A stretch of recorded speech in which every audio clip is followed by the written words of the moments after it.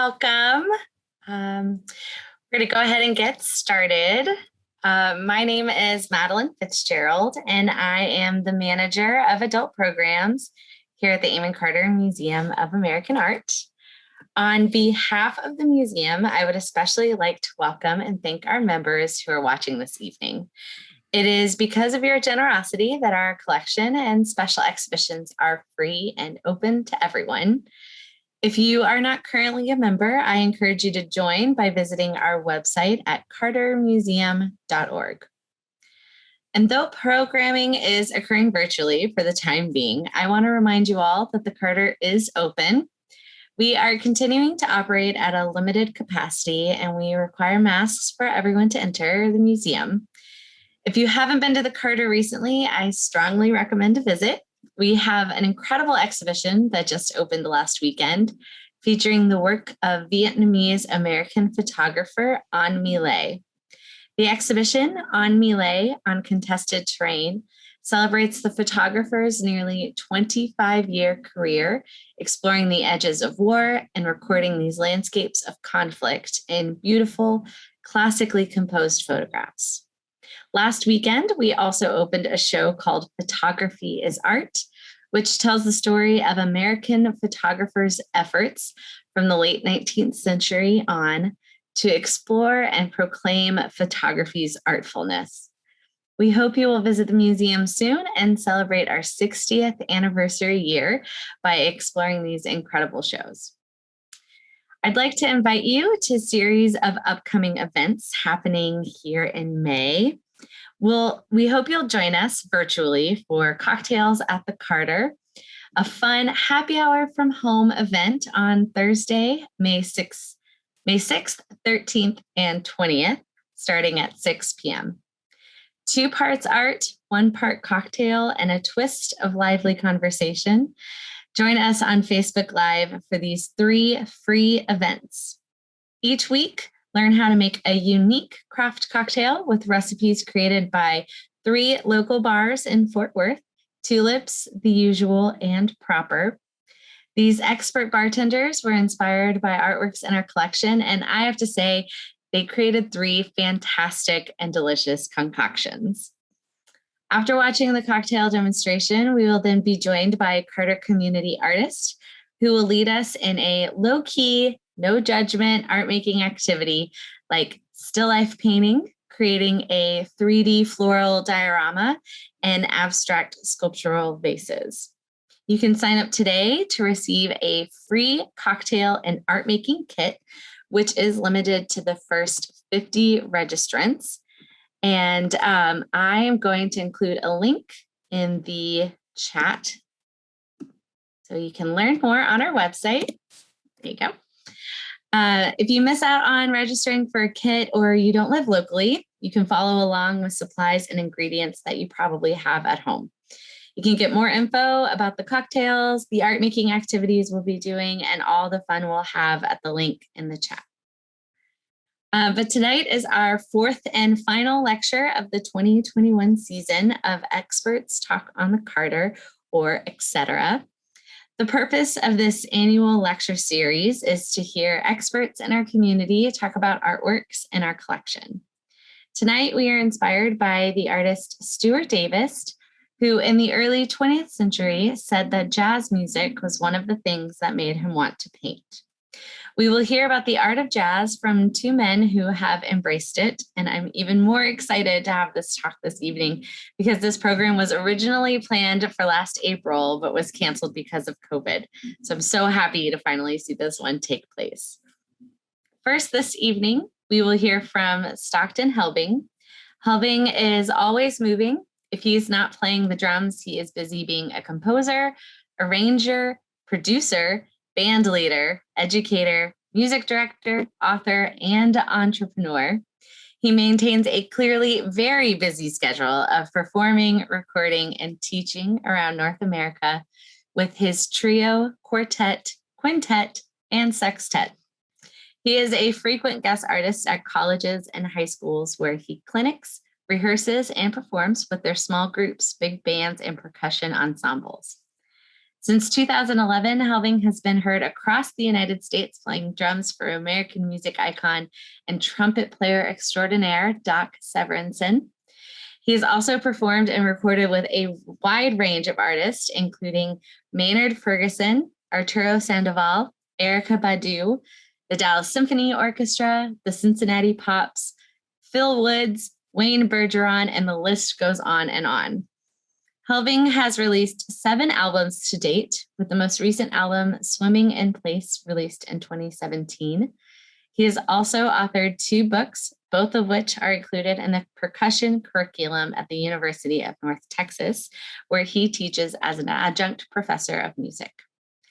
Since 2016, Helbing has directed a jazz masterclass and small group program called the Helbing Jazz Initiative, which has provided masterclasses for thousands of elementary, middle, and high school students throughout the DFW area.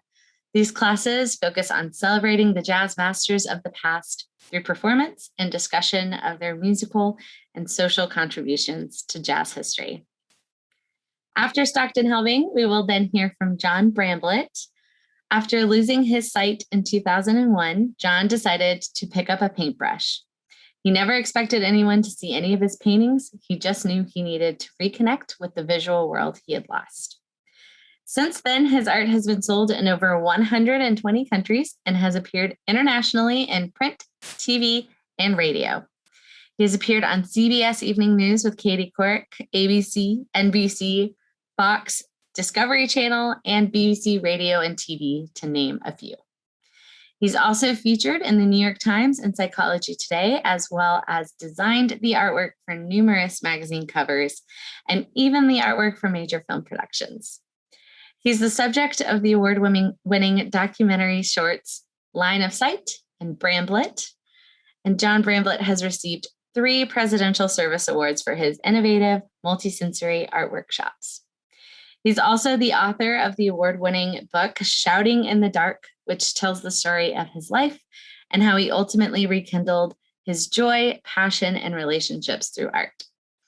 Recently, he painted a Boeing 737 for Delta Airlines to promote the Rock in Rio concert, which was the largest concert in the world.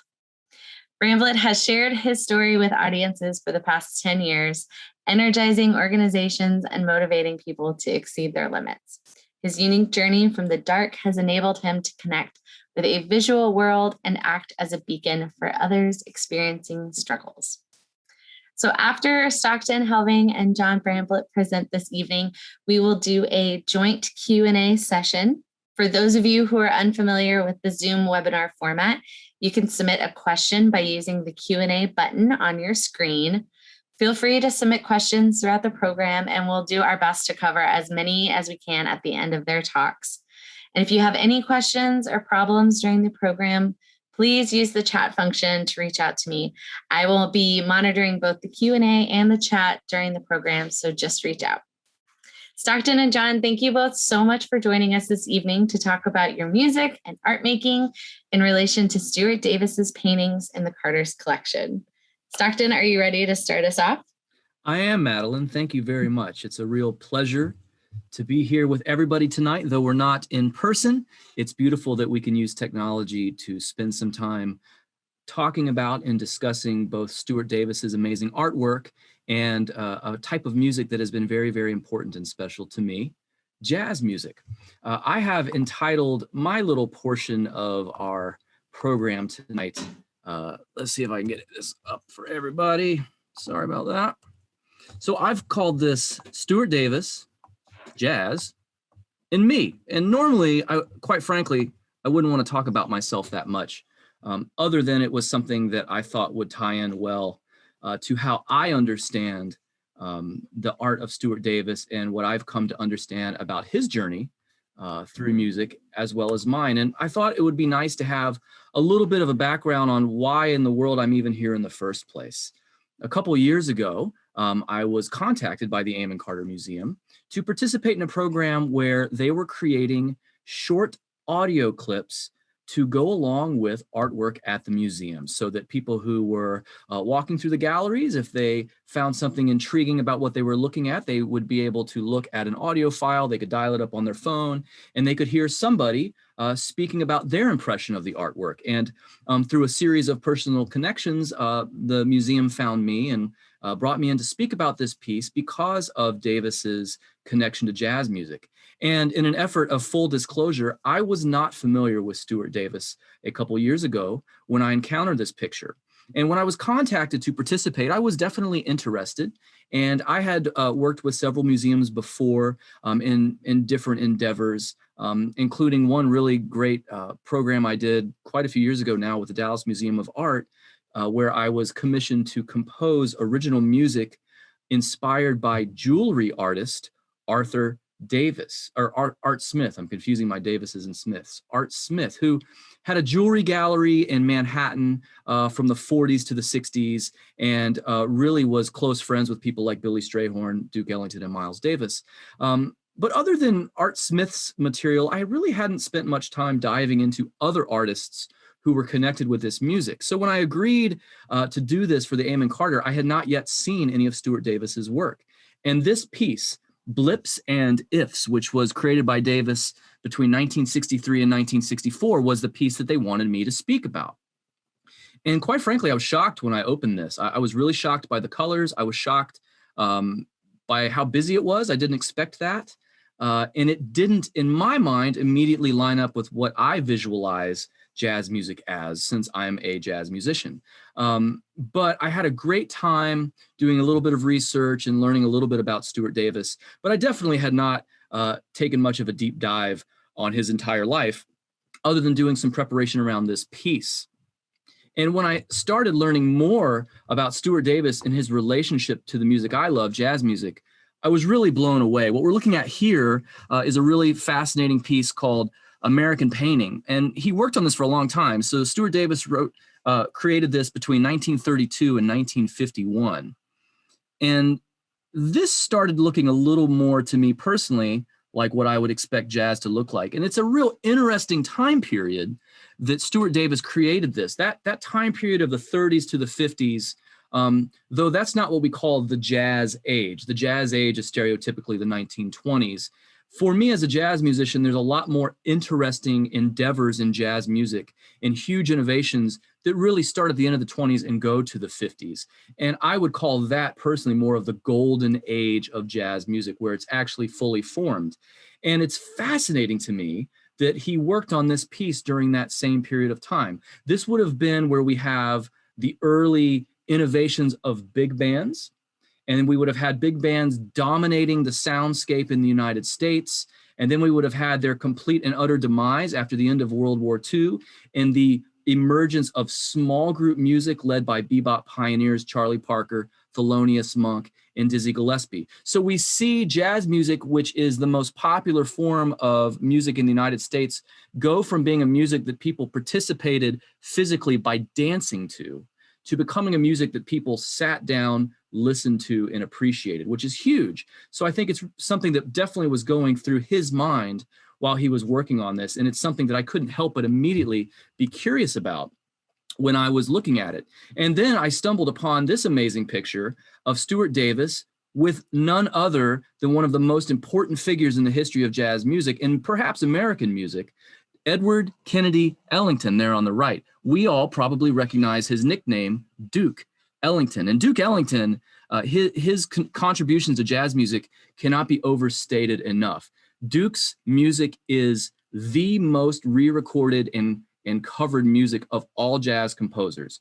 Duke has one of the most prolific outputs of all jazz musicians, with several thousand compositions attributed to him. And the influence that Duke had on jazz music, the echoes of it are still very strong and reverberating today in everything we do. Yet here he is in 1943, standing beside Stuart Davis at Davis's downtown art gallery opening in New York City. And consequently, this would be about halfway between Davis finishing this piece. So fascinating. Here he is literally rubbing elbows with jazz royalty. And by the way, Duke Ellington, King Oliver, one of the great traditions of jazz going all the way back to its foundation in New Orleans in the early 1900s is prescribing a nickname of royalty to people we hold in the highest regard. So this is one of the most royal people in music that Stuart Davis could have been hanging out with.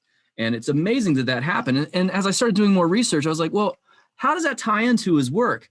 Well, then I learned about this little part of the painting right here that I hadn't really paid close attention to at first. I know that Davis works a lot with letters, and it's fascinating the way he will experiment with that. And I was like, well, that looks a little different than most of the expressions of alphabetical things I've seen him use. And that's because it's a quote. What's written there is, "It don't mean a thing if it ain't got that swing." That might sound familiar to you because that is a hit song by Duke Ellington from 1931, one of his early hit records when he had his full big band. So we see that jazz was having a mighty influence on Stuart Davis. And it's one of the reasons why I started with that self-portrait of Stuart Davis. That's from 1919, and it's on display at the Amon Carter. And for me, what's fascinating is it's 1919. That would have been right around where Stuart Davis starts going to jazz clubs to experience the music live. The music wasn't being recorded and sold throughout the United States on records really quite yet, because it was a music of people of color, specifically Black people. And we were not yet realizing the masterful music that was being produced by people of color. And there was so much, whether it be accidental or intentional, stereotypical racism at the time, that they didn't want to take artwork by Black musicians serious, which is the huge significance of Duke Ellington. I always say that Duke Ellington provided the elegance in jazz music that really made it a bona fide art form in the United States. And I think it's really fascinating that Stuart Davis's life parallels jazz coming out from the unknown and becoming a popular medium in the United States, in a powerhouse purely from an earning standpoint when they start making money off recordings. So we talked a little bit about the overall view of Stuart Davis and jazz. Let's take a step now and talk about jazz and me, so you can understand where I'm coming from and how I relate to Stuart Davis's art. So here I am, and this is like one of my latest publicity pictures. You probably noticed maybe from some of the Amon Carter advertisements that I cut my hair. I had an unfortunate birthday, and I felt like I wanted to try to look younger than what the number on the birthday was. So I cut my hair and I shaved my beard. And I came down to the breakfast table one day after doing so. And at the time, my 4-year-old daughter, she was very distraught. She's like, "I don't like this, Dad," because she had never seen me without long hair and a beard. So on this picture, though, I like it because, it looks like I'm gazing. I just have such a artistic vision that I'm gazing upon. The truth is, there was a barbecue joint across the street from this photo session. I was starving. And so I was just hoping that it would end soon so I could go eat the barbecue. So that it really captures the hunger in me. Well, I mentioned earlier jazz royalty, and we talked about this amazing man, Edward Kennedy Ellington, whose nickname was Duke. And Duke is, I just can't stress enough how important he is and how wonderful his music is. There's nearly 50 years of output from him that travels from the very, very primordial early days of jazz music to the most sophisticated symphonic orchestral type music. So if you've never listened to jazz music and you're curious of a good place to start, just go Google Duke Ellington. I promise you'll find something you enjoy from the vast catalog of music of Mr. Ellington. And he is, for me, one of the topmost jazz royals that I talk about. And so for me, my encounter with jazz music actually came from another piece of jazz royalty, this gentleman. That is the great William Basie. We know him as Count Basie. And when I was a kid growing up in South Carolina, just starting to get into playing drums, just starting to be interested in music, the Count Basie Orchestra came and played in my hometown. And I think this was around 1990 or 1991. And I wasn't really playing well at all yet and didn't know much about jazz music. But my 7th grade band director sent a flyer home for us to show our parents and saying, "Hey, you should go check out this band." And my parents, who were awesome parents supporting my sister and I in our interests, they decided to take me to this concert. Now, at the time, the Count had passed. So it was being led by a tenor saxophonist named Frank Foster. But I can still to this day remember every instance of this concert. It was probably one of the first real concerts I ever attended. And the joy of the music, the intensity of the music, the excitement of the music, it just blew me away. I couldn't believe how much fun it looked like the musicians were having. And I couldn't believe how it shook me to the core to hear these sounds being made by human beings right in front of me. And I was forever changed by that. And there's a fascinating connection of Count Basie to Duke Ellington that I'll show you here in a few minutes. But it's really, I really connect with Count too, because he actually was a drummer first. He grew up in Red Bank, New Jersey. He wanted to be a professional drummer and was practicing really hard to play drums until he ran into the greatest drummer in New Jersey at the time. And that guy was so good that he quit and decided to play piano instead because he played a little bit. So if he hadn't been shamed by a really great drummer in New Jersey, we would have never had Count Basie and his amazing contributions to jazz music. So hearing this band live, that really started getting me interested. And I heard another record, an actual record. I don't know if people know what a record is. It's an ancient device for playing sound on that you don't use on your phone. But the same band director one day played a record in my concert band class. He said, I just want to play my favorite jazz musician for everyone. And he played this record. And similar to the Basie experience, this blew me away too. Little did I know this was the great jazz trumpet player Maynard Ferguson. And then from there, I started really liking trumpet, ironically. And I started listening to Dizzy Gillespie, who was from Cheraw, South Carolina, not too far from where I was growing up in Florence, South Carolina. And then I was really attracted to the cool, dark sounds of this gentleman, whose nickname actually in the jazz world was sometimes the Prince of Darkness, but that's the great Miles Davis. But thankfully, by listening to these incredible musicians, it led me in a 6 degrees of separation way to what I really like to do, which was listening to great drummers. So through Dizzy Gillespie, I started hearing the drumming of Max Roach, Buddy Rich, and the great Art Blakey. And I think this is an interesting artistic study in how to wear a necktie. If we see that Mr. Roach has gone to the full-blown open and dangling, and Buddy has the I've had kind of a rough day at the office halfway down knot. And then Art Blakey's nickname was Buhania, based on his Islamic name. He's got it totally up there, just taking care of business over there. So these were some of the first drummers I became fascinated with. And I will say that all three of these gentlemen, amongst many others, I am still, to this day, I listen to these guys every single week. I love their playing and study their playing. And so I started encountering that at a young age. And so I went to North Texas to get a jazz degree. And then my dream came true when I graduated in 2003. I got hired by Maynard Ferguson. So there I am with Maynard. I think this is from about 2005. When I was playing with Maynard, and I had a lot more hair then. It grew a lot quicker. I miss those days. There's a lot less wrinkles there. My forehead seems to be lower too. That's really nice. And then, as Madeline mentioned in my introduction, since 2011, I've been working with the great Doc Severinsen, and you can't help but see that jacket. I tried that jacket on one time when he wasn't around. He left it around. I put it on. They weigh a ton, and he complains about it, actually. It's all the sequencing. So pretty much he tells me he goes and finds the ugliest coat he can find and then adds all kinds of sequencing and rhinestones to it. That thing must weigh 25, 30 pounds. It's amazing. I mean, I think that's why he's in such great shape. It's just from wearing that heavy jacket every day.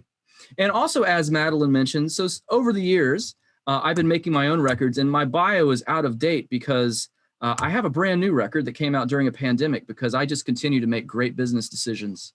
It's just amazing. I decided to put a new album out at the worst possible time in the past 100 years. So really, I'm really doing well. But my new album is called Light Sleeper. And so these are things, all of these feature my original writing because people like Maynard and Doc, who I've been able to rub elbows with, one of the things that they amaze me with is by constantly encouraging those next generations not to play their music, but to create your own music, because that's what they did. They created their own music inspired by their heroes.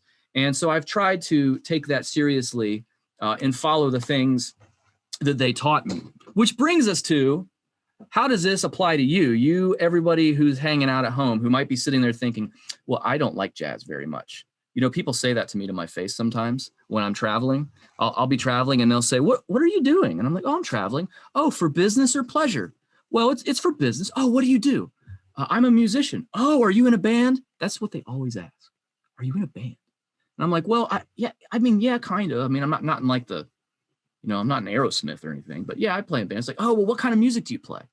And then I usually say, well, I play jazz music predominantly. And they're like, oh, I don't like jazz music. They say that to my face. So I slap them as hard as I can. And then TSA gets involved. No, I'm just kidding. No, actually, what I try to do now is channel my inner disgust at them saying that jazz is not their favorite music. No, I usually tell them, like, oh, I don't believe you. Of course you like jazz.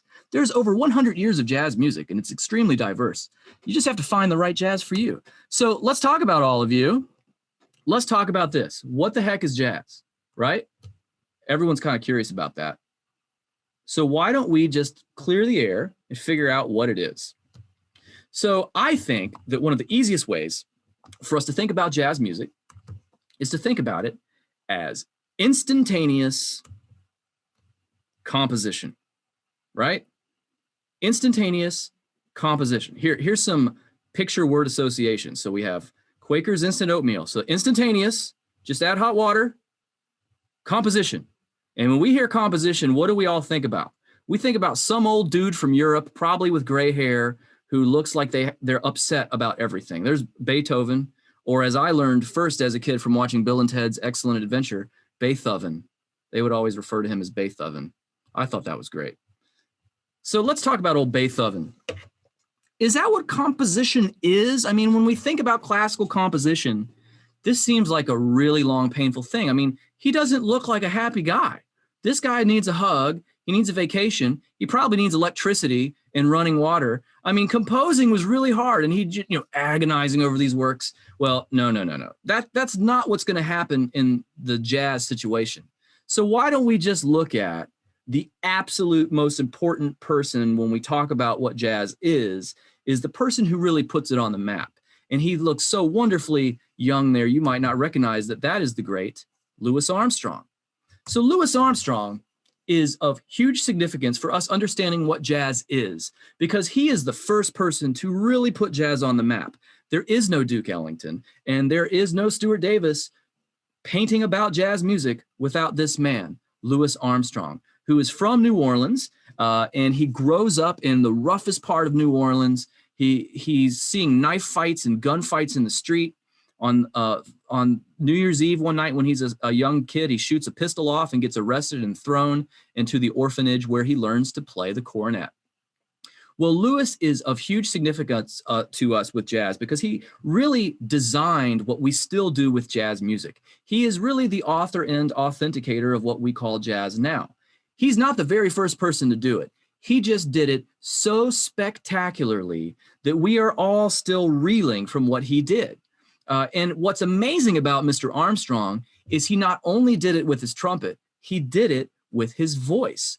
The way he vocalizes and the way he plays his trumpet is jazz language. There is no jazz singing without Louis Armstrong. There's no jazz soloing and improvisation without Louis Armstrong. And as we'll see in a minute, improvisation is the key ingredient to jazz music.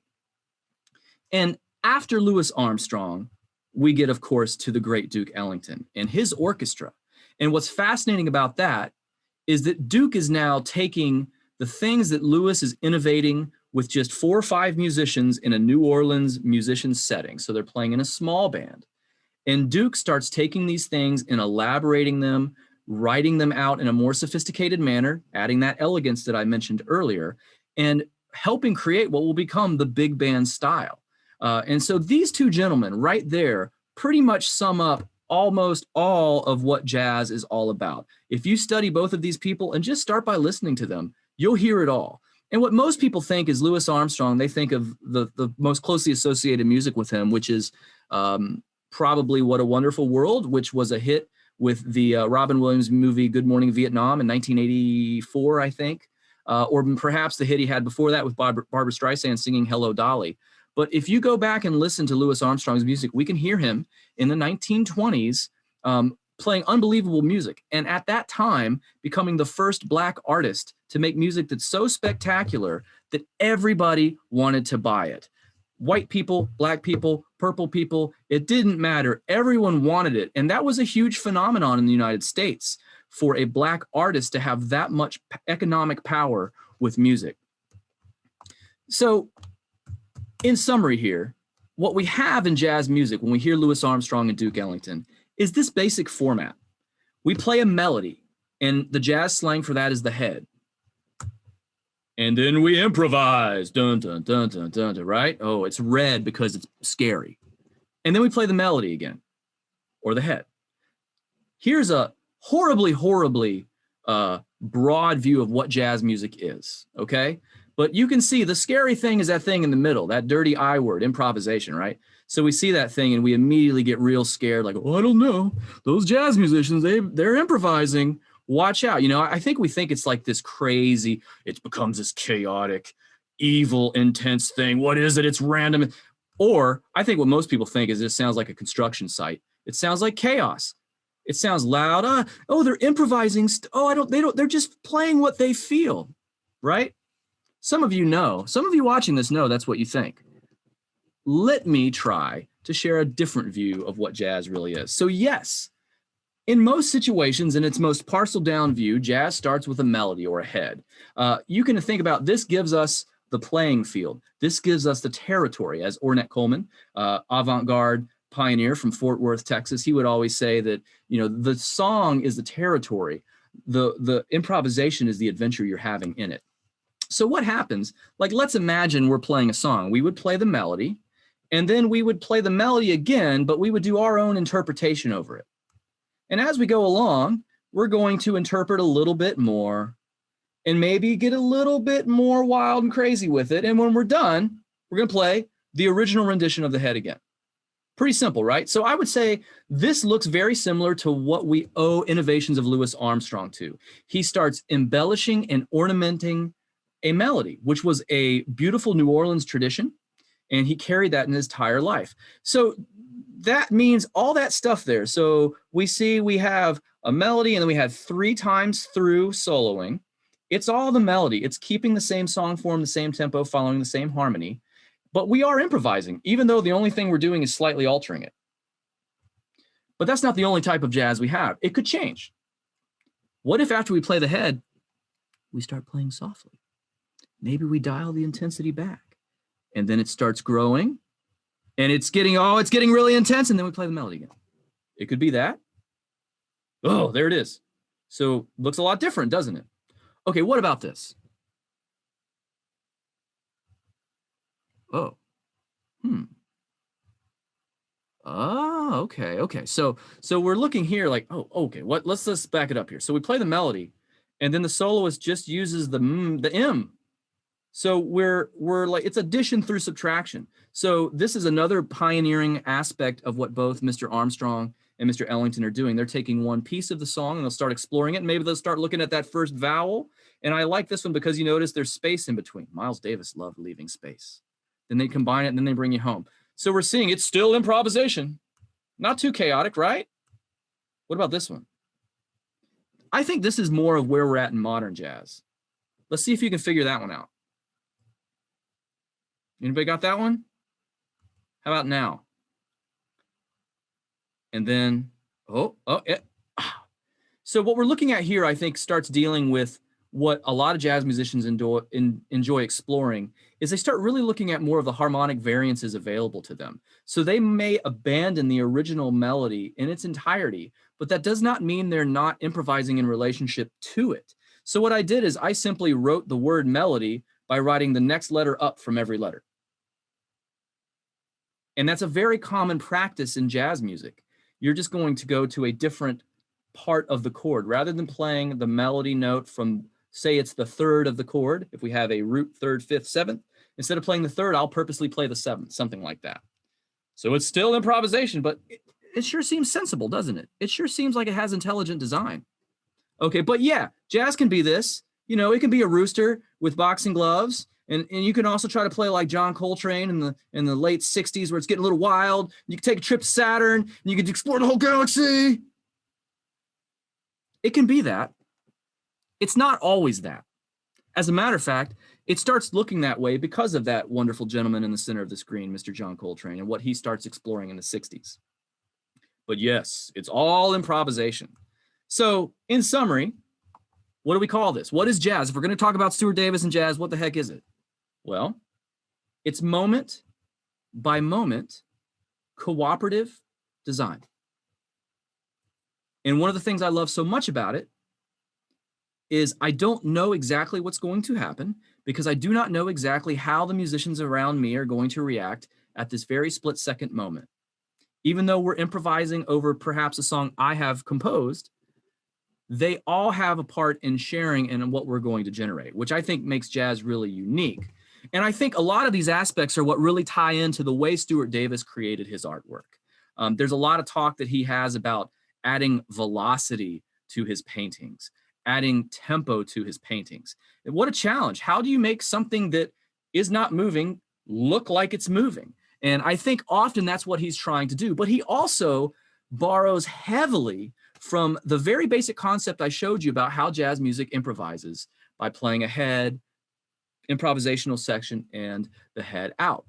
So let's just take a peek here at a couple interesting things. So here is a series of Mr. Davis's work that you can very clearly see the similarity between how I showed you improvisational things can expound in a jazz situation.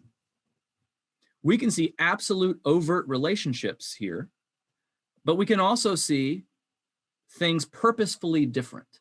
And that's what I really enjoy about it. So to me, I mean, Stuart Davis also was an amateur jazz pianist, but he most definitely was practicing art the way he was listening to musicians practice jazz music. And that's why I really like his Egg Beater series. So here is Egg Beater number 2 from 1928. This is on display at the Amon Carter, so make sure you check this out next time you have a visit. And it's the second in a series of paintings that Stuart Davis did where, if I'm remembering correctly, he took a rubber glove, a egg beater, and a fan and put it on his kitchen table and painted it over and over. This is exactly what Louis Armstrong would do if he sings Stardust every night for 300 nights a year, or Duke Ellington playing Take the A Train and recomposing and arranging it for the duration of his career. So you can see that as he's doing this, again, similar to jazz improvisation, it's very clear that there are things that stay the same, there are things that change. So to me, we would call the head of the song that he's improvising over the fan, the rubber glove, and the egg beater. And what he's doing is he's improvising over different aspects of how he feels. And it's different days, probably different light in the room. He had probably something different to eat for breakfast, and he probably stubbed his toe one day. And the next day, he probably had someone who owed him money. And so that probably would come out in the art the way everything does. And one day is having a great day petting his dog, and it's going to be happier. That's what's so brilliant about improvisation, is that we may express ourselves in a split-second manner. And I believe that Stuart Davis was experimenting with those same very concepts in his works of art. Well, I hope you enjoyed me sharing a little bit of my perspective on jazz music as it pertains to Mr. Davis's work. And I hope it made you interested to go listen to some great music and go check out more of Mr. Davis's work as well. If you like anything that I said through my rambling and incoherence, you can always find more about me on my website. I was blessed with my parents with a completely ridiculous name. So you don't even have to come anywhere close to spelling this. I mean, Starbucks never does. So you just have to type in anything close to this and you can find me. And there's a copy of my new album. And if you're interested in finding it, or me, I'm on Instagram and Twitter and YouTube and all these things. So go to your favorite place to get music. And every time you listen to it, I get a penny. So I need you to listen to it a whole lot, like, you know, maybe a couple thousand times a day. And I would really, really appreciate that. And if you're really bored and into memes, here just to entice you to follow me on social media. Sometimes I like to meme when I'm advertising my products. So I know it's crude, you know, it's not the most advanced photoshopping skills there. Or here's a little one, a little family friendly one, a little Hakuna Matata there. So you can check that out if you want to find it. And hopefully really soon, with everything starting to safely open up, I'm really looking forward to getting back to having performances in the Dallas-Fort Worth area. Hope to see some of you soon. And since I can't see you, if you're ever somewhere where I'm playing, please come up and say hello. I would love to chat with you. And if you have any questions, answer them. So there's a little bit about Stuart Davis, jazz, and me. Thank you so much, Stockton. This was a joy to listen to. I really enjoyed it. And it was great that you included some works that unfortunately aren't in the Amon Carter, but also that's the joy of learning at these programs, is that we get to see the progression that we wouldn't get to see in our museum. All right. Well, next up we have John Bramblitt. Are you ready, John? Oh, you betcha. Oh my goodness. Well, That was so interesting. I've been looking forward to this so much. Oh my goodness. It's funny, we're all at home right now. So this is a little different than most talks. Usually when I give a talk, the first thing that people notice when I walk in is my guide dog, actually, Eagle. So usually the first thing that I do is I introduce Eagle, but just because we're all home, I figure that's no reason to break tradition. But she is asleep.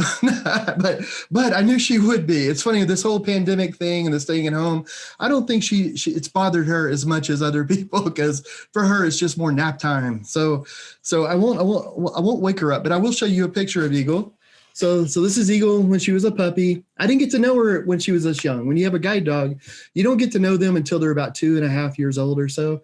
But her puppy raiser sent me that photo. So I thought I would share it because she is a cutie. And, it's funny, though, when you first start traveling with a guide dog, you quickly learn that you no longer matter anymore. All of the attention, it goes to that cute little face, that's always next to you, which, it makes sense. But I remember the first month that I was traveling with a guide dog, I was walking down the street and a lady called out and she said, "Well, hello, handsome." And for a moment, I'll admit, my heart, it rose a little. I thought she was talking about me, but of course not. Of course not. It was all about the dog. But anyway, it's enough about Eagle. She's a cutie. She knows it. But I'm so happy to be here this evening, though, because I think about how music, especially jazz and painting, they interact and play off each other. The way they do that is just so fascinating.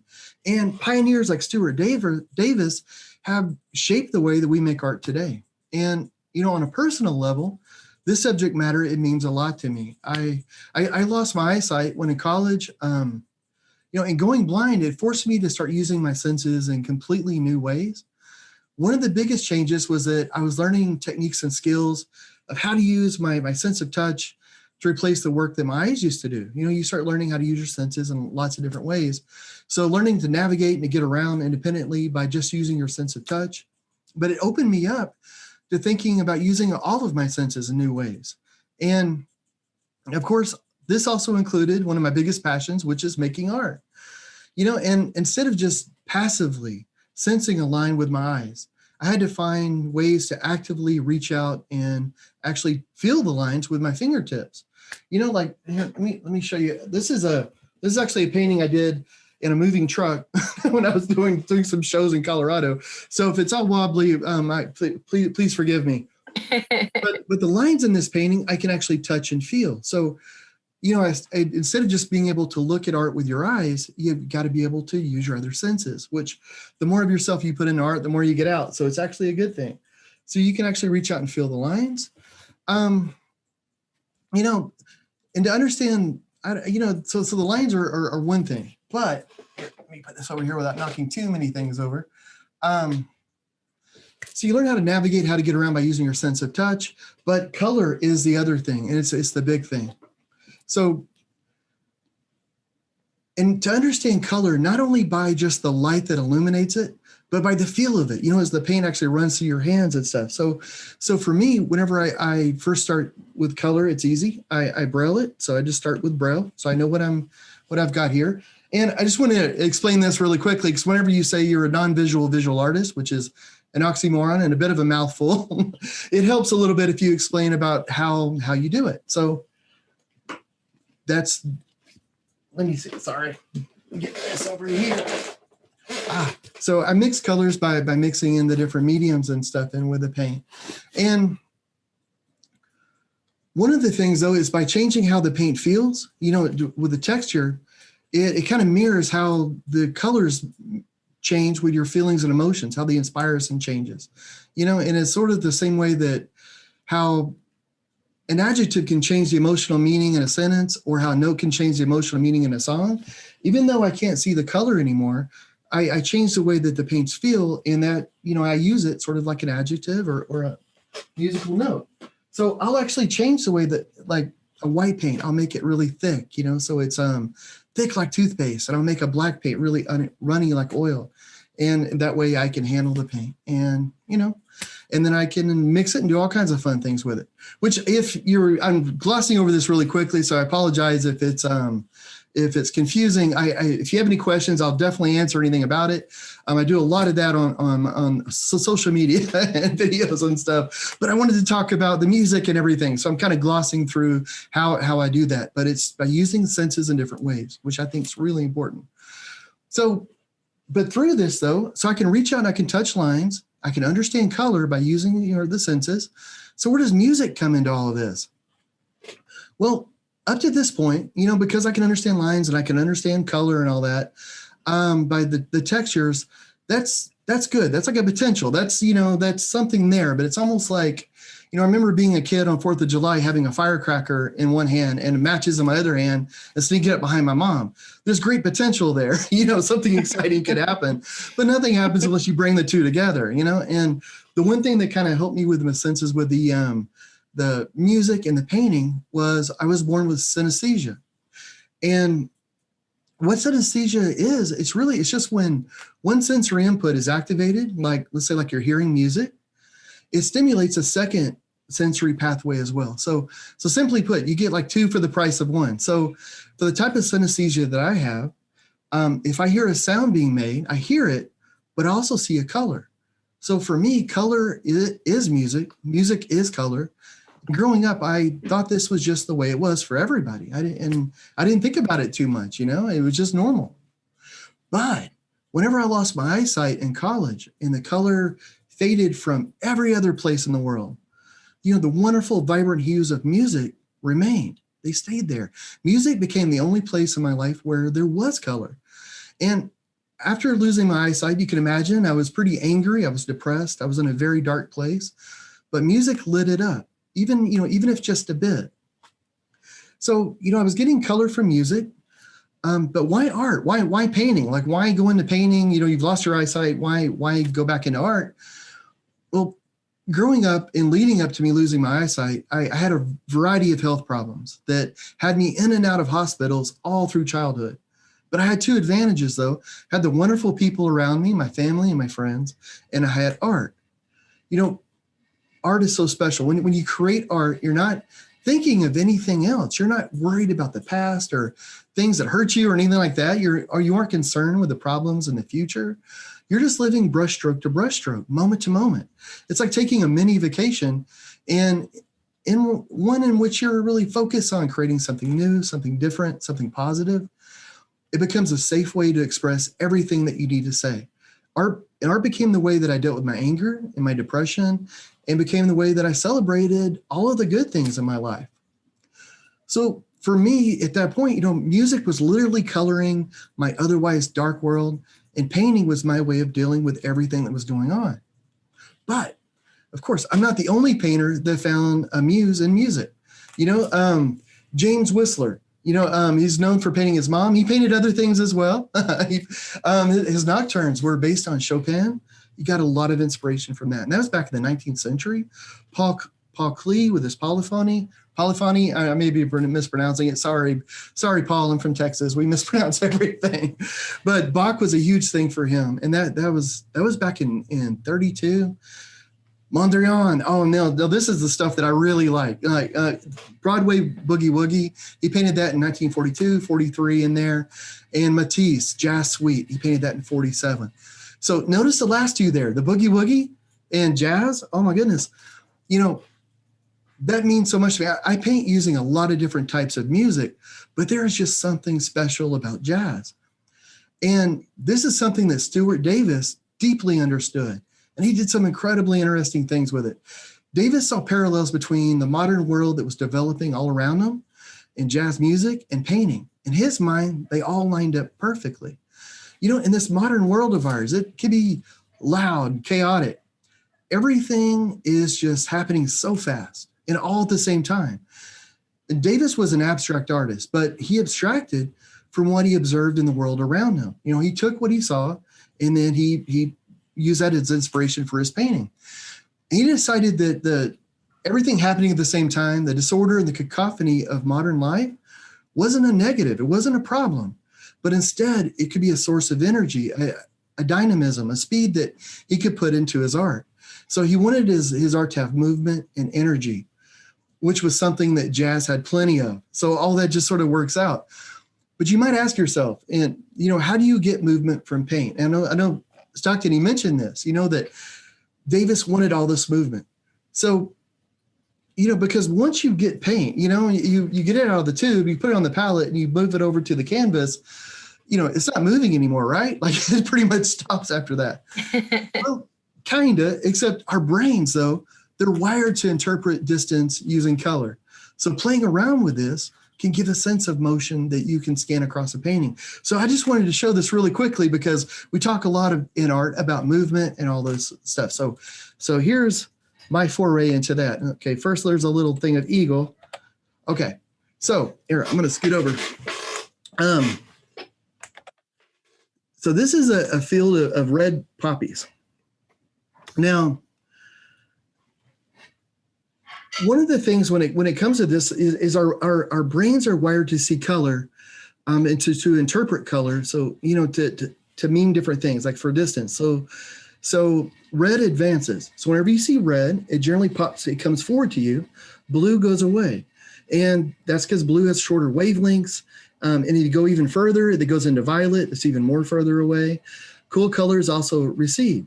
So you can break this around. You can make it different, but just generally, that's the way your brain, whenever it sees these colors, it sees that sort of movement. The blue, the cooler colors go away. Warm colors advance. They come out towards you. Now, all the colors interact though. So it's not really easy. It's not easy like that, of course. It's not just, blue's always back. Red's always front. All the colors interact. So a warm color placed next to an even warmer color will seem to recede. A darker color will also seem to advance next to a lighter color. A very pure color, like a color that's just really saturated, will tend to come towards you. It'll advance, while the muted colors and everything tends to recede.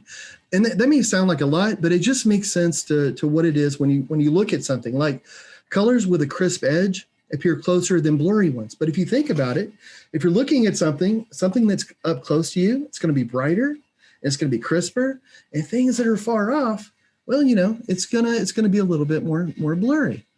So it just all sort of makes sense. But I wanted to share this with you really quickly. You don't have to remember it all. Don't worry, there won't be a quiz. But it's these sort of ideas, these principles, though, that you can take and you can apply into your art to give a sense of movement. So I wanted to show you this because I wanted to show you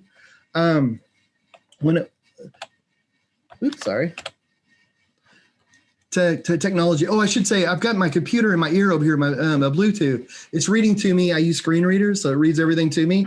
Every once in a while, she starts reading things to me that doesn't have anything to do with what we're talking about here. So it's like, by the way, the time is blah, blah, blah. I'm like, well, that's nice. Cool. So this is Stuart Davis, 1939 Bass Rocks #2. And I love this. Oh my goodness. So with his paintings, all of this sort of comes at you really quickly. He wants everything to just sort of leap off the canvas to you. And if you think about the things that I was just talking about, the colors and movement, when you look at this, can you get a sense of movement in this? So he wants it to happen really fast, just the way, modern life is. Everything is like, boom, in your face right there. But he wants it to have like a rhythm to it a little bit. So maybe you can see that, or maybe you can get a feeling of energy from this, or a sense of chaos, but somehow that chaos has been harmonized. I don't know. I just love those ideas of that. So I want to show you something else. Okay. This is shapes of, and this base notes, of course, you can see at the Amon Carter. So you should go and check that out because it's really cool. And this one is shapes of landscape space. And I wanted to show this because, and this is 1939, and Bass Rocks #2, the previous painting was also 1939. And that's an important year because after this, Davis actually did very few new compositions, very few new drawings. Instead, he used his old compositions, almost like jazz standards. The way Stockton was talking about using different songs, like the same song, and different musicians are playing it, but they put their own spin onto it. So he started using his own compositions, but then changing the colors and everything. Which I think is really, really interesting. He took jazz, he saw parallels in that, and he started to play off of it. He started to riff on that with his own work. So you can see here's another one in the series. And it's so interesting to me because, it's like Stockton was saying, he could have had a bad day, could have had a good day. I know I do a lot of music paintings. I'll do live music paintings, and I'll do the same song sometimes multiple times. And it's always different because, especially if it's live and there's a crowd, maybe people are going, woo, more one night than another night. That affects the color, maybe like the drummer is like extra hot one night, and it makes a difference. It's never the same. So I think this is really interesting the way Davis, he interpreted this. And he made it his own, and he was using his own compositions and then just running with it. So I wanted to show you this, and let me show you this. This is something that I started working on 2 days ago. I started a painting inspired by a jazz musician that you may have heard of, Stockton Helbing. And Stockton doesn't know that I did this, so hopefully, this is a surprise for everybody. But I'm flattered. I'm so flattered. Oh, well, we'll see. We'll see if you're flattered, buddy. No, I wanted to take Davis what he did, and I was listening to Stockton's work, and it's so interesting. I really encourage you, go out there and listen to this. It's really good. I'm not just saying that. It's really, really good. So much so that I had to paint it. So this is the beginning, and I showed this to my son. He's 13 now, and I said, do you know what this is? And he said, oh, it looks like a mask. I thought, oh, that's pretty good. Okay, so I drew some more lines. And this is sort of the way Davis, like he would do a simple sort of drawing. And then I asked my wife as well. She said, oh, it looks like somebody wearing goggles. I thought, oh, pretty nice. But, it could be anything. So, of course, with me, unlike Davis, I tend to go a little bit more with my drawing. So this is the drawing that I ended up with. But here's the thing. So, with a drawing like this, it's the ideas. It's just stark ideas, but it's the music that brings in the emotion and of course the color. It's the music, for me at least, that brings in all of the ideas and the passion for something. So for me, this is a stark sort of idea. So over here I have the painting that I was working on. So let me show this. This isn't a particular Stockton song. It's a medley of a lot of different things that I was listening to. So here we go. Oh, it's not. So here's this painting. Love it. And so it's a lot of color, and it's a lot of fun to do. And I don't know if I'm done with it. So if you like this painting, thank you very much. If you don't like this painting, I think we can all agree that it's Stockton's fault. That seems very either way, fair. I'm clear. Yeah, I'm good. That seems fair. I love it. So I'm not blaming myself then. Oh, well, thank you. Brilliant. Well, it was so much fun to work on, and I think I'm still going to work on it a little bit more. I don't know. It's one of those things. But the great thing though about painting for music, though, is that you can take it off into all different kinds of ways. It's just, for me, being a person without eyesight, you would think it would be a very, very dark world.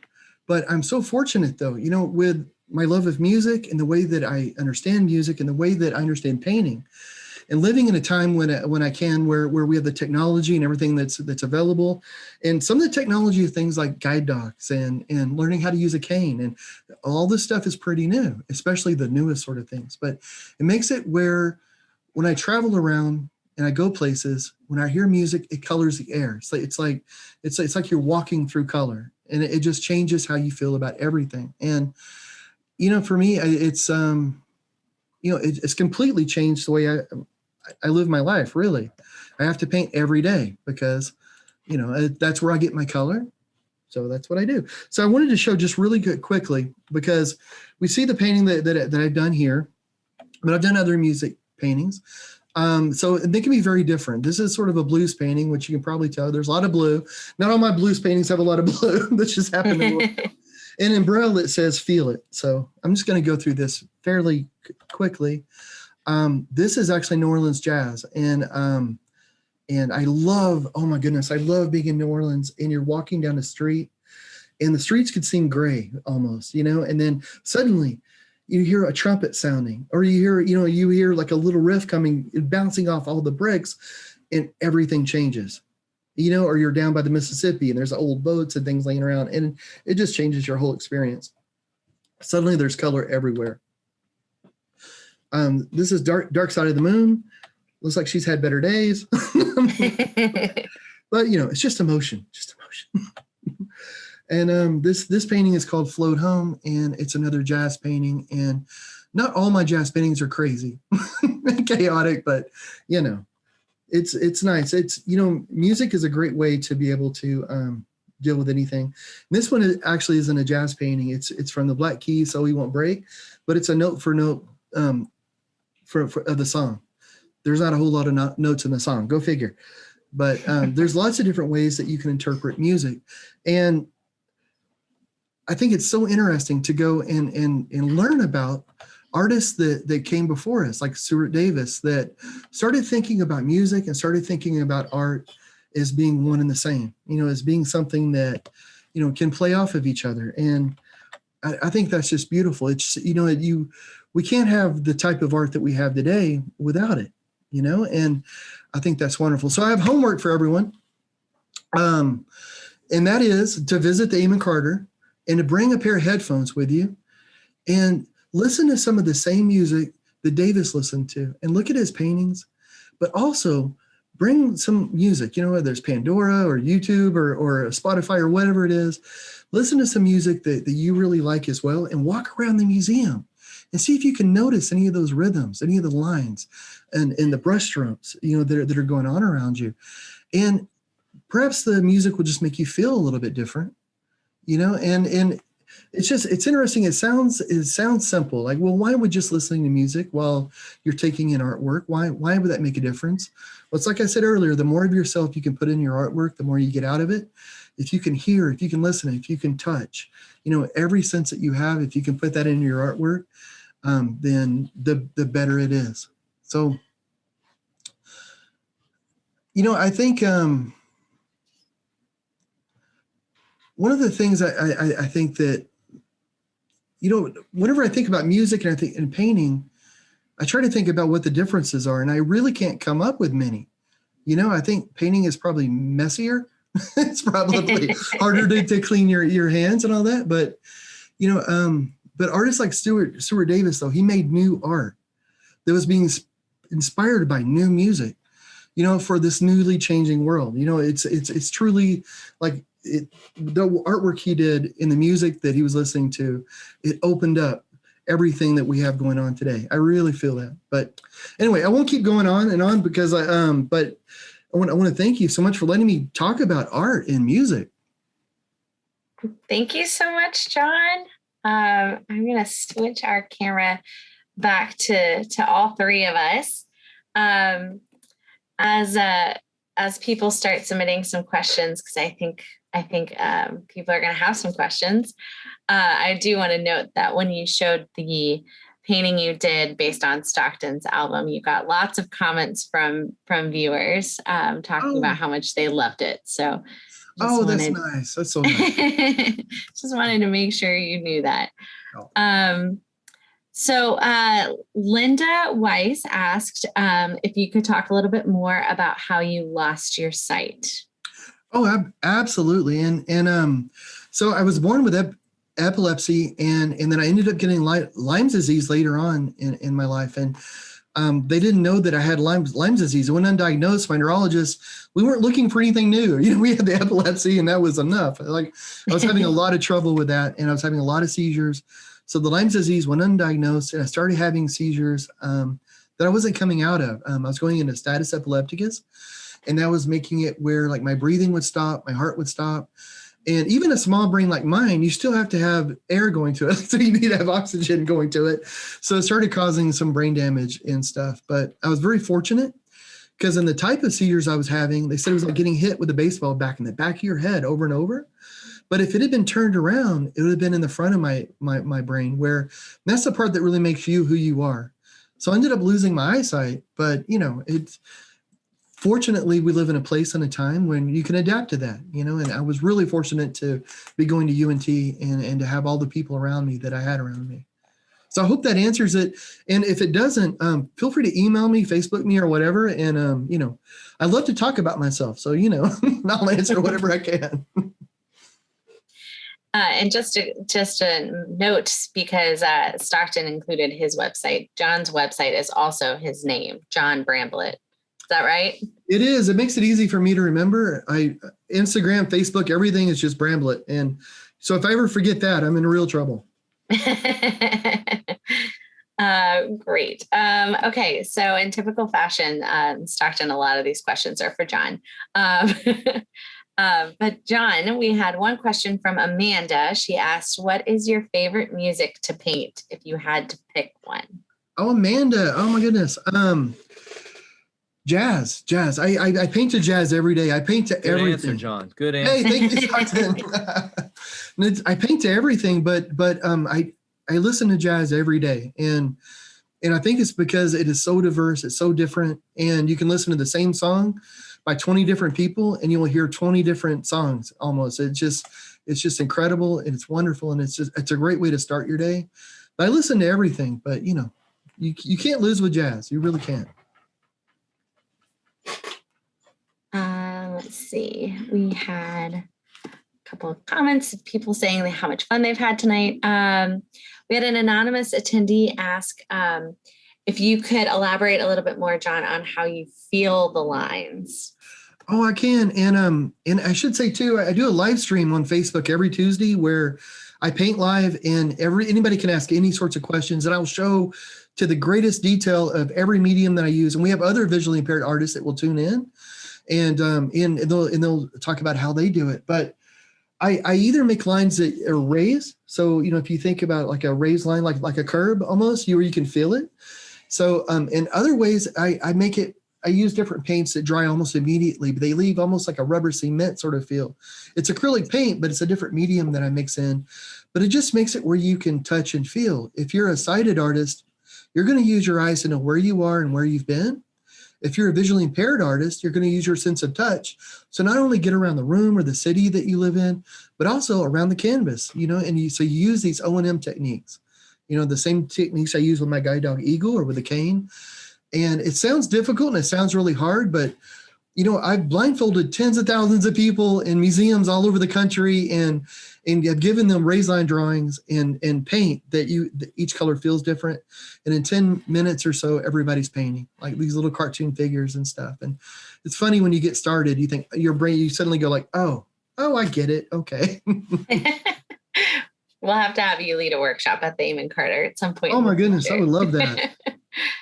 Okay. I have a question that I might be putting both of you a little bit on the spot, but I was thinking it might be kind of fun if we could play some music from Stockton's album that inspired this painting. So Stockton, would you be able to pull up a song? Yeah. I think so. Isn't that terrible? I don't think I have my music on my computer. Well, it's all on YouTube. I could stream it from YouTube if John wants to tell me. Oh my goodness! You know what I did is that's exactly what I did. Is I went to YouTube, and then I went down the playlist and I just listened to everything that I could get fine because I looked in other places and on that it would automatically play and I wouldn't have to hit a button because I'm really lazy, and I had paint all over my hands, and so I went there and I went to a playlist and it was so. It was just so cool. It was just, but it was a mix of things that you did a long time ago, and also some new things. So it was just sort of a nice mix. But it's funny. I'm terrible with names. I have to write things down. I probably have it on my computer here if I don't break something. Or if you mention a title, I'll probably remember it. Well, we can come back to it if it's easier. Let me see. Oh gosh, because I want to. I'm gonna say the title wrong. I know I will. Let me see. Here. Let me go to my history. Sorry, guys. This is talking to me in my ear, and I'm trying to. Yeah, it's.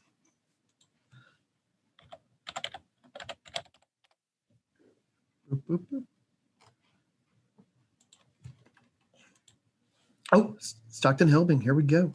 I don't know if this is going to play it out for you though, because the way my computer is all set up, it goes here, and then I've got you coming out of other speakers across the studio.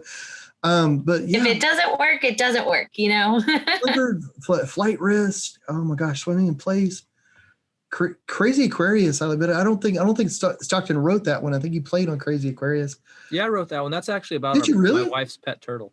My wife's pet turtle is named Aquarius.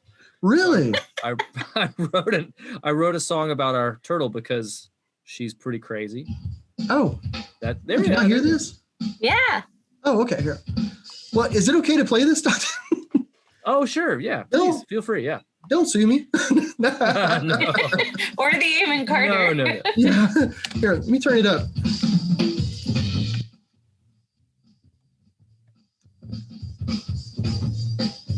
Man.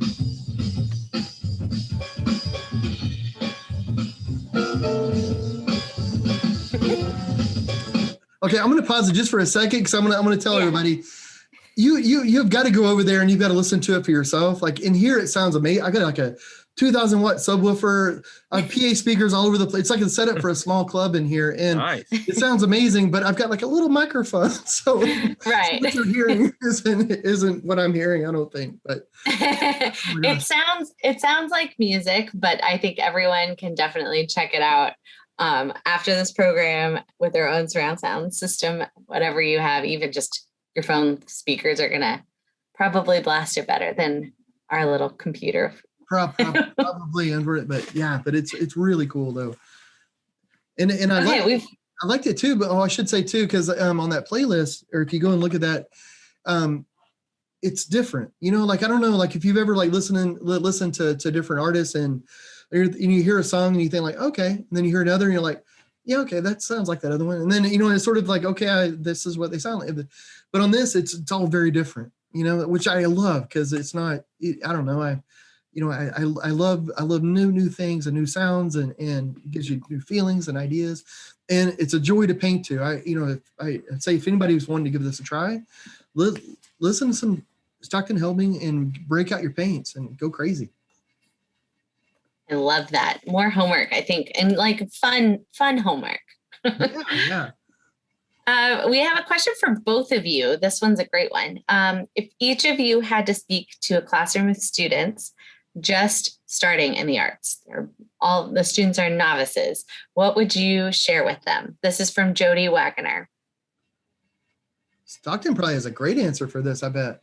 Well, that is a great question. And I can say that I do find myself in that exact situation from time to time, ranging everywhere from elementary school to middle school, high school, and even college students who are just starting to study music seriously, or even sometimes adults who are wanting to dive into actually learning the nuts and bolts of music for the first time.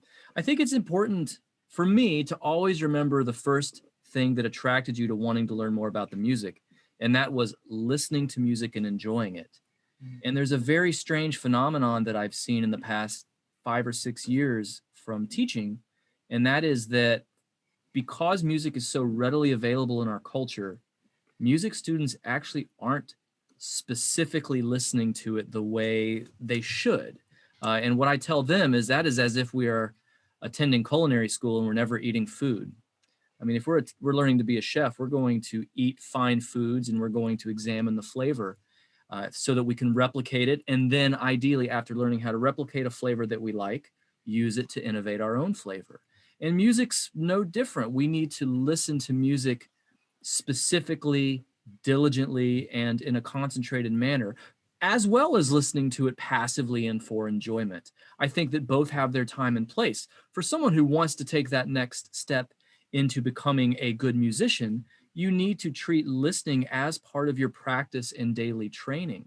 And there are certain albums that I have been listening to now for 30 years, and they mean a lot to me. And I still am learning from them because Jazz is such a high information art form. If I listen to Miles Davis' Kind of Blue in the opening track, So What is 9 minutes long, I mean, there could be and have been books written about just that song.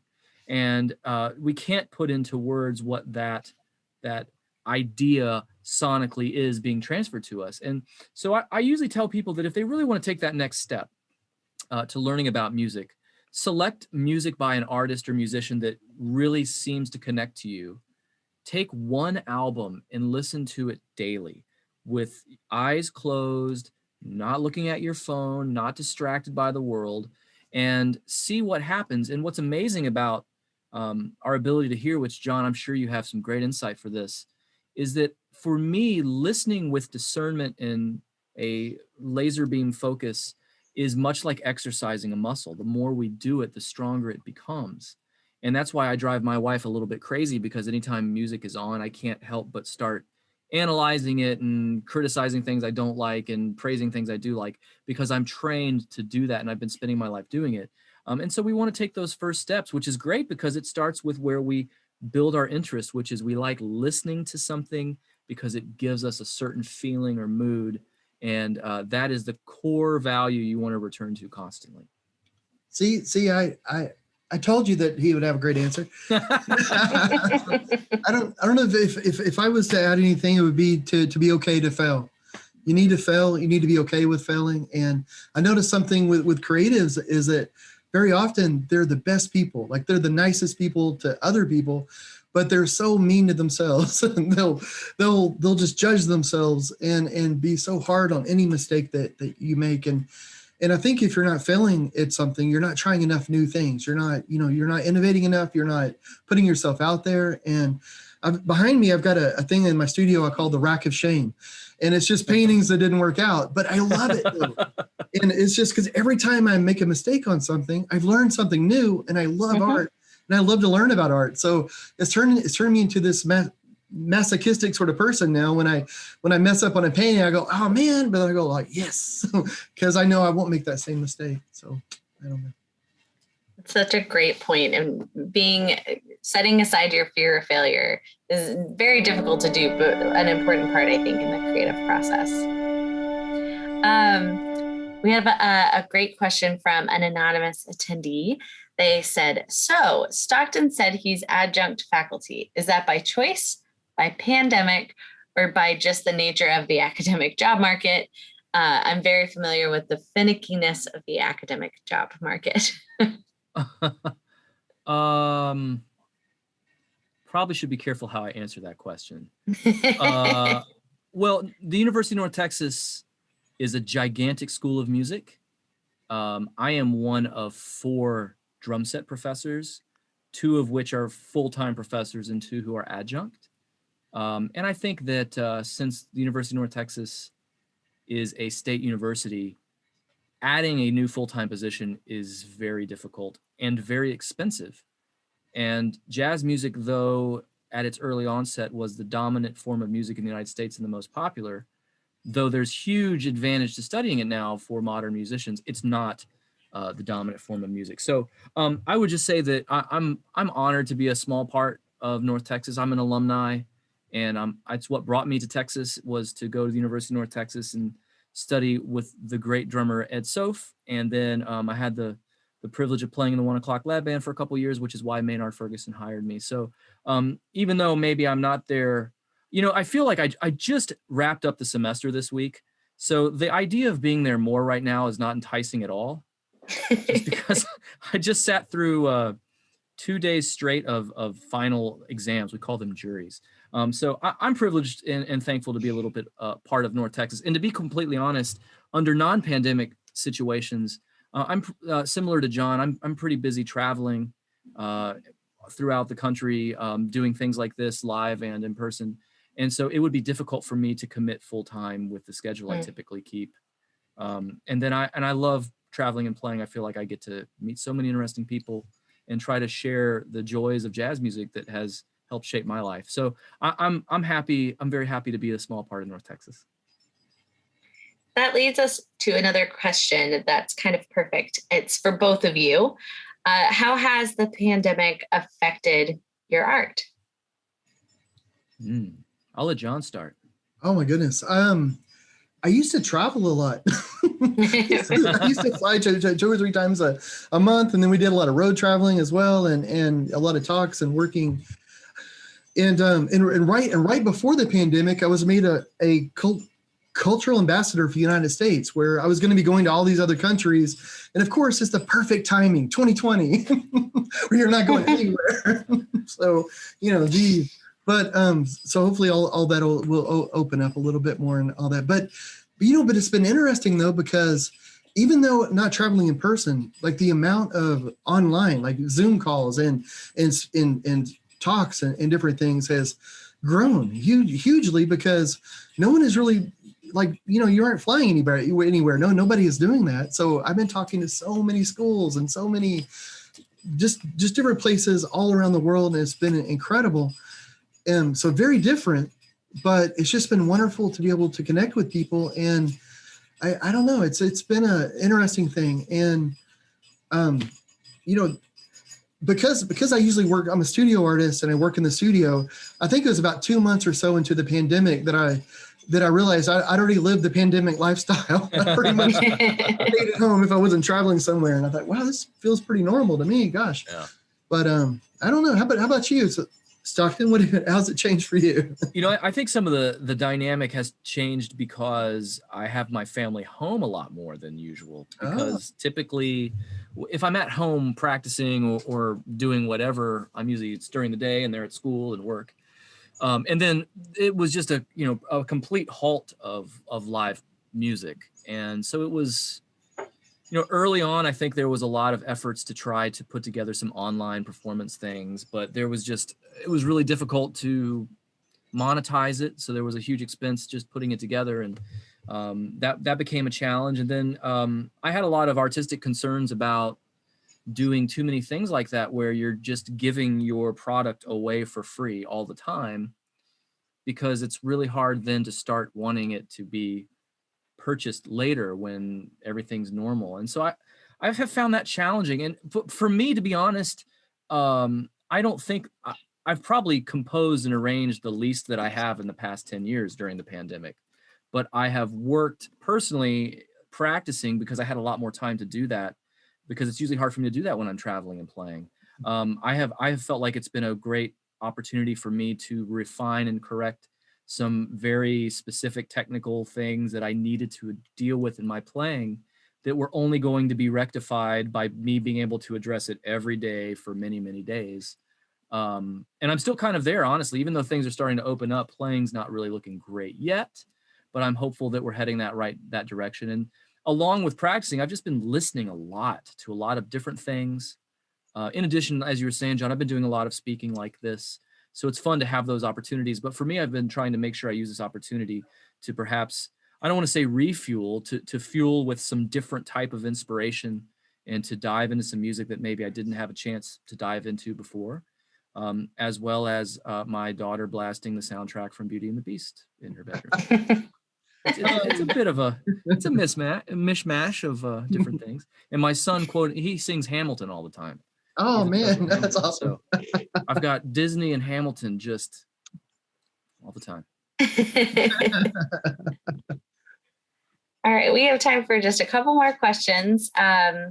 Before we get too far, I want to get a couple clarifying questions from a few people have asked for John about where they can watch the Tuesday live stream painting and where they can look more at your paintings or purchase any. Oh, well, my website is a great place to look at the artwork. Facebook though is I have a personal and an art page, but I stream at 8:00 every Tuesday, and it's really laid back. It's embarrassing, but it's so laid back. but I talk about anything and everything, anything anybody wants to talk about. And honestly, that has been one of the best things during this whole pandemic, is that we were streaming twice a week, and we moved it back to once a week. So everything's kind of opening up, everything's getting a little more zany, but it's so much fun though, because you get to chat with the same people, and it's funny. You'll have like different viewers on there, but it seems like it's always the same people that want to chat. So it's kind of fun. I don't know. And so if you went to YouTube, or if you went to really Facebook, So if you look up Bramblitt on Facebook, if you forget my name, if you type in blind painter on the internet, I'll pop up somewhere. So, but if you do come in, please chat, because say hi. Or if you see me out and about somewhere, I won't see you, so you have to say hi. You have to come over. Cassie in the comments just said that your live streams are wonderful. I hope they continue after the pandemic. Oh, well, thank you. That's so sweet of you to say that. Okay, a question for Stockton. Let me close this window. Are there other visual artists who create musical-like art that you like? Oh, that's a good question. Well, I am by no means trained in art. I mean, I'm a musician, so I will really sound like a moron if I try to get too specific, but it is putting you on the spot. I learned a lot because my wife, Denise, worked at the Dallas Museum of Art for a number of years. And through her association there, I just simply got to spend a lot of time there. And I started learning a lot just by wandering around the galleries and learning about things. I have always, I don't know why, this goes back to when I was a little kid. I've always liked Claude Monet. And I don't know what it is about his work. I think it's because as a little boy, my art in elementary school, my art book had Monet on the cover of it. And for some reason, that just always really stood out to me. So I don't know. I guess I'd probably say that. Oh no, did I freeze? No, you're still there. Oh, maybe not. Monet is a great answer, though. Monet is a great answer. And there are lots of other artists that were inspired by music, especially jazz music, going, throughout the 20th century. I think that you can find lots of different examples. And I like Monet too, because he ended up losing his eyesight. He started going because of cataracts. And so he started seeing colors in completely different ways. And then he started going into the museums where his paintings were being hung. And he'd bring a little pot of paints. And he would start adjusting the paintings to make them different, the way he saw color now. And then they were like, no, Claude, no, you can't do that. And so it's interesting that you mentioned Monet, because the whole vision thing and music and all that, it's all coming back together. I'm so sorry, my Zoom totally just crashed on me. So I think I missed like some awesome stuff. What was the last part about Monet you were saying, John? Oh, just that he would his vision started going. I didn't know that. Yeah, because he had cataracts, and it made it where, and he actually had a lens removed, and it made it where you could start seeing a whole different sort of spectrum in a way. Wow. He started, so his old paintings were being hung in museums, and he would sneak into the museums with a pot of paints and start changing the colors, to the way he thought they should. His vision changed, and then they told him no, and he ended up being banned from quite a few museums, I think. Wow. They wouldn't let him in. Wow. So that's a great thing to bring up, Claude, because the whole vision thing, music and painting. Yeah, well, that was a complete accident. That's funny. That's kind of reminds me, like Charlie Parker, whose nickname was Bird, was banned from playing at Birdland. Ironically. Really? Yeah. That's funny. All these crazy artists getting banned. That's what I really need to do. I need a good banning in my career. There you go. Need to get banned. Yeah, if you're looking for something fun to look up when you finish listening in this evening, Claude Monet painted pre-cataract surgery the same subjects post-cataract surgery. Oh, wow. And there's a lot of really interesting research you can see about the differences between the change in vision from cataract surgery. Oh, that's so cool. Oh, I've got to check that out. I'm learning so much. I didn't even mean to stumble into this. Wow. I mean, a broken clock is right twice a day. So yeah. And I think this is a perfect note to end on. So thank you, Stockton and John, so much for joining us this evening. And thank you to everyone who submitted questions. We weren't able to get to all of them. There were quite a few. So thank you very much. If you have a few moments before signing off for the evening, I would very much appreciate you taking a couple of minutes of your time to fill out a survey. Again, I'm going to send the link in the chat. There you go. This is a 2-minute survey. It should be really quick, but it will provide us with information about you and what you would like to see more of from the Carter. We've been doing the survey all spring, and we're going to be doing it for the whole year. So if you filled it out once before, that's not a problem. We still want to hear from you this time too. Your feedback will help us plan for future programs and potentially acquire grant funding. So taking 2 minutes to fill that survey out will really help us out. I put the link in the chat, but you'll also receive it in an email tomorrow morning. So thank you very much for your help. And we hope to see you in person at the Carter while you're doing your homework, listening to music and walking around in the galleries, or at a virtual event in the future. So thanks to everyone for being here. Have a nice evening. Thanks, everyone. Bye-bye.